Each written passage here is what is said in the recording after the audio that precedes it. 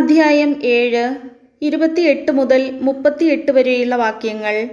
കർത്താവ് മോശയോട് അരുളി ചെയ്തു, ഇസ്രായേൽ ജനത്തോട് പറയുക, കർത്താവിന് സമാധാന ബലി അർപ്പിക്കുന്നവൻ തൻ്റെ ബലിവസ്തുവിൽ ഒരു ഭാഗം അവിടത്തേക്ക് പ്രത്യേക കാഴ്ചയായി കൊണ്ടുവരണം.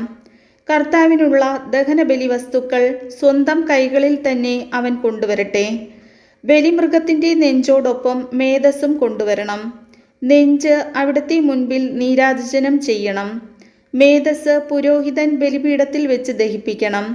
എന്നാൽ നെഞ്ച് അഹ്റോനും പുത്രന്മാർക്കുമുള്ളതാണ്.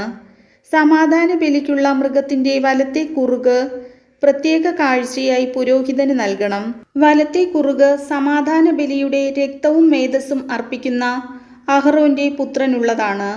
നീരാജനം ചെയ്ത നെഞ്ചും അർപ്പിച്ച കുറുകും ഇസ്രായേൽ ജനത്തിൽ നിന്നുള്ള ശാശ്വത അവകാശമായി സമാധാന ബലിയിൽ നിന്ന് അഹ്റോനും പുത്രന്മാർക്കും ഞാൻ നൽകിയിരിക്കുന്നു.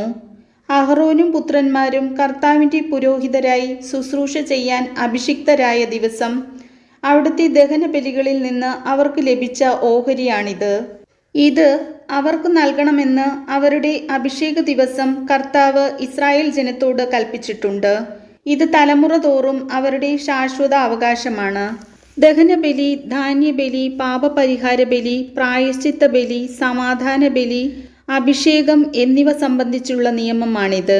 സീനായ് മരുഭൂമിയിൽ വെച്ച് തനിക്ക് ബലികൾ അർപ്പിക്കണമെന്ന് ഇസ്രായേൽക്കാരോട് കൽപ്പിച്ച നാളിലാണ് സീനായ് മലയിൽ വെച്ച് കർത്താവ് മോശയോട് ഇങ്ങനെ ആജ്ഞാപിച്ചത്. കർത്താവിൻ്റെ വചനം.